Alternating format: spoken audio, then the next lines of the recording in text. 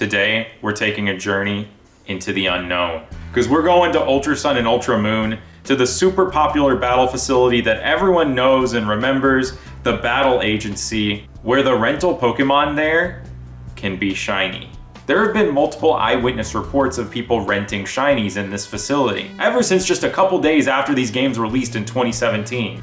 But we've never really gotten the full insight into how exactly these appear, what the process looks like if you want to hunt one down yourself, and why these aren't even shiny locked in the first place. The other day, I thought about the Battle Agency for maybe the third time in my entire life and remembered this, and I went deep down this rabbit hole, spending an entire week looking into these rental shinies. And of course, I hunted one for myself. Put on your agent sunglasses. We're solving this mystery.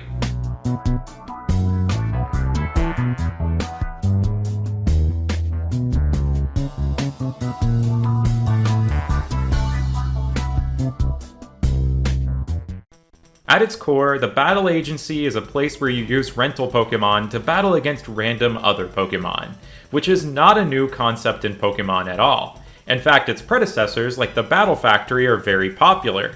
But there's a big catch to how this particular one works. Unlike the other battle facilities where you're able to select your entire team and have a pretty even playing field, things aren't as balanced in the Battle Agency. You only have full control over one rental Pokemon from this board.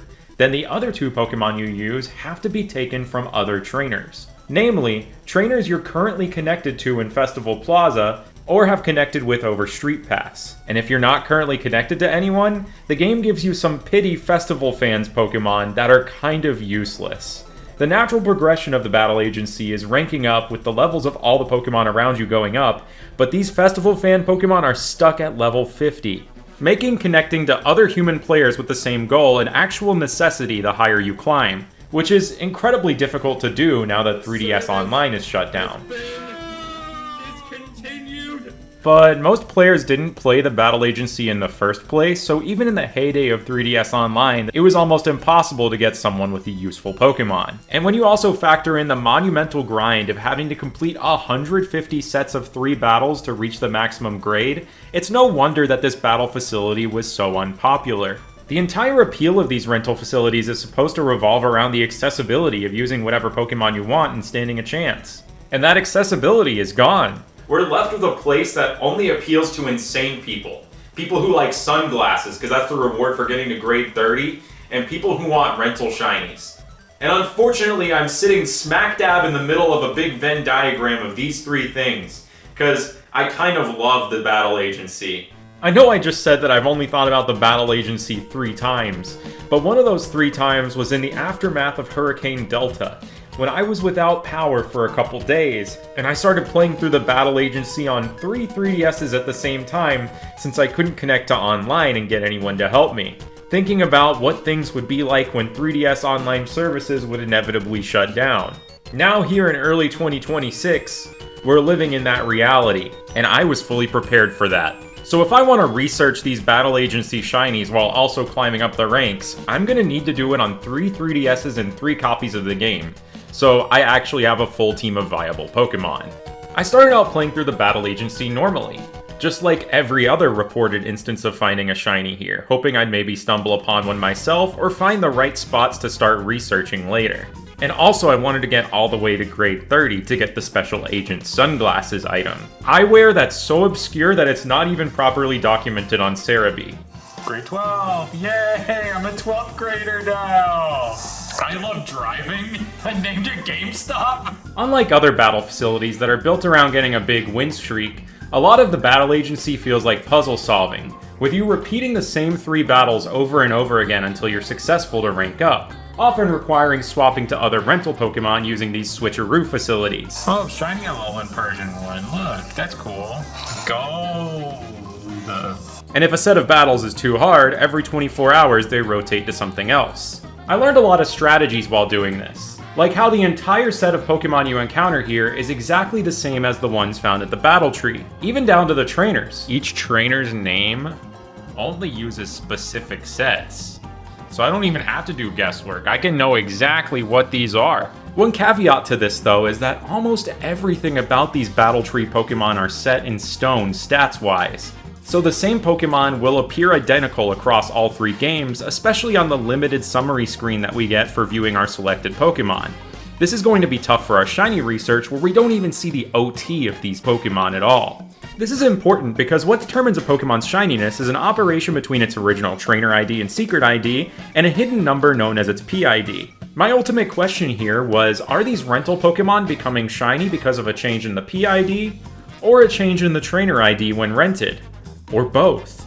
Playing through the agency for long enough really gave me the hunch, though, that something had to be changing, since not a single post mentioned the Pokemon being shiny on this initial board, or on the original summary screen before it was claimed by a trainer. Almost every single post was first noticed when it was in battle, and this is a big key to the puzzle, because playing through the agency for long enough for these sunglasses, this makes no sense in the order of operations to notice it here first unless something is changing. No exaggeration, this took 3 whole days to get to rank 30. And every 10 ranks you have a boss battle against Giovanni or Sophocles, depending on if you've beaten the Rainbow Rocket story.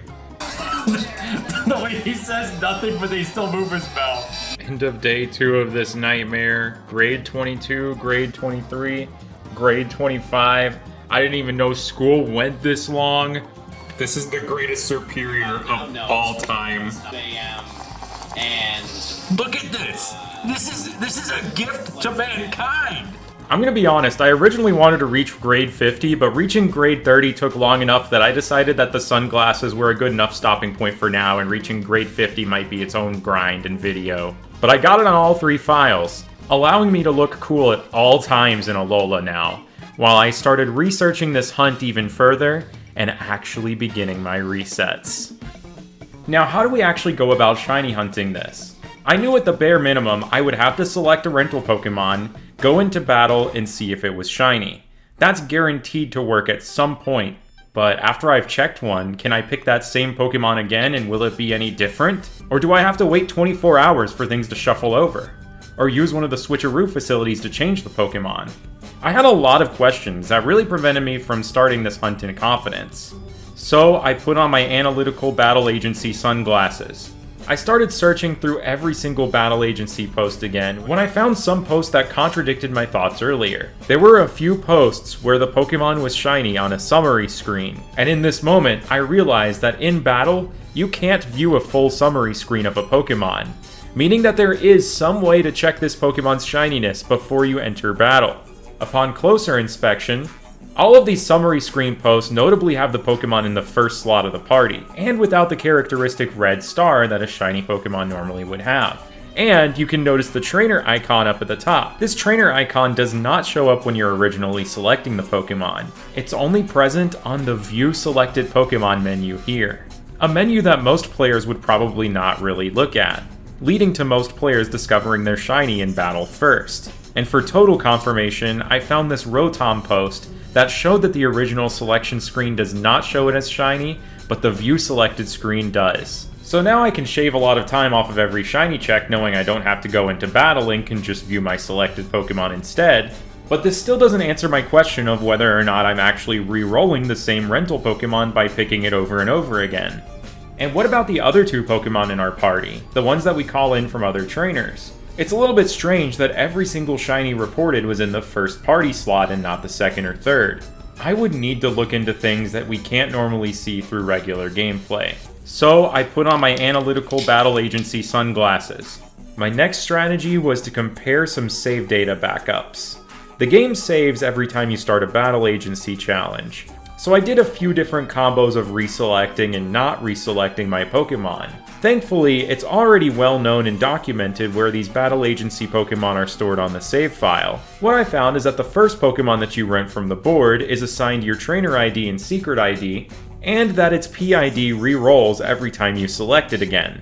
The other 2 Pokemon from other trainers also have re-rolled PIDs every time you select them again, and their original trainer name is blank, with a totally random trainer ID that doesn't match up to my file. At this point, I was satisfied enough with seeing the PIDs re-rolling, and I was like, well, it looks like all 3 of them can be shiny, so let's reselect them and keep viewing that selected Pokemon screen. But maybe I jumped to conclusions a little bit too early. After I had seen over 4,000 Pokemon, checking all of them at once, I decided I wanted to investigate things a little bit further. Because there was something that was still bugging me about every reported shiny being in the first party slot. I needed to view what was happening in memory while the game was running. So I put on my analytical battle agency sunglasses. Now it can take days to get any sort of useful info out of the active memory unless you know what you're looking for, and thankfully within minutes I was able to find a pretty good lead. Every Pokemon has a second hidden number attached to it as of Generation 6, known as its encryption constant, and across all my different save backups, the encryption constant of these rental Pokemon stayed the same.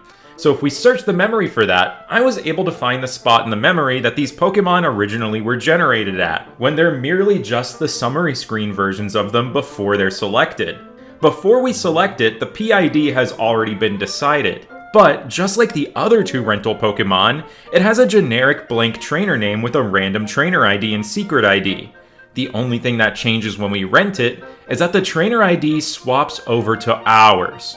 And this swap is huge. This is what can make a non-shiny Pokemon shiny. And that's the real answer to this mystery here.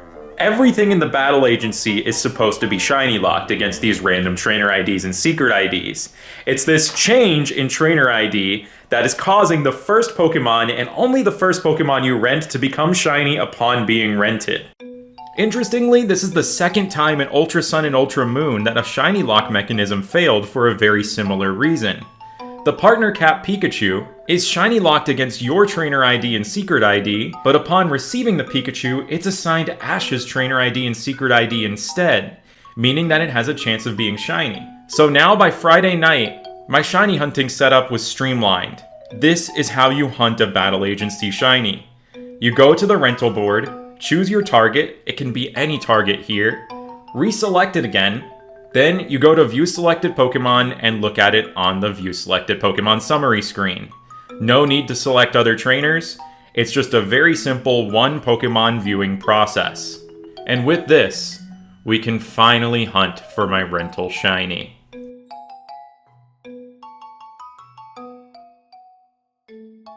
That's how it is.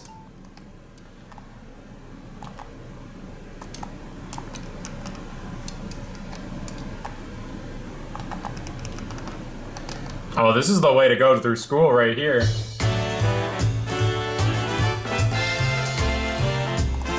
Shiny Espeon! Oh! Shiny Espeon! Oh! And the battle agency! That's so cool! Yes! 3,880! The anime night never fails. We're watching Nishijo. I'm watching it for the first time. Oh, that is so crazy. It doesn't even have a star on the summary screen, but that is definitely green. Oh, wait, nature? Let's see what nature it is. All right, let's see if I view the summary screen again. Does it stay the same? You know it. And it is. Oh, Ben is gonna be happy. It's naive.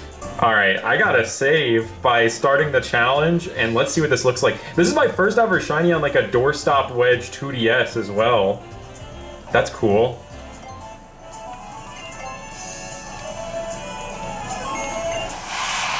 $3,880 Pokemon scene for this Espeon that I could technically just keep on my file forever if I wanted to. So cool. Alright, we're battling Youth Athlete Mardia right now. Let's see what the youth are using these days. A Haxorus. And shiny Espeon. That is so sick. It's female too. I think that's always female. Oh, this thing's set is terrible. But okay, when we go to choose Pokemon here, would you like to select another Pokemon? We've used summary, and the summary for these guys is not shiny. The Espeon is always female guaranteed. Ah, that's so cool. Unfortunately, as you'd suspect, when rented on another file, this Pokemon does not appear shiny. But that doesn't stop it from being a really unique piece of this Ultra Moon file that I think I'm going to keep around forever. and I kind of want to hunt some more on my other files. It's a neat extra kind of shiny to have, especially since Absol is one of the options you can hunt here.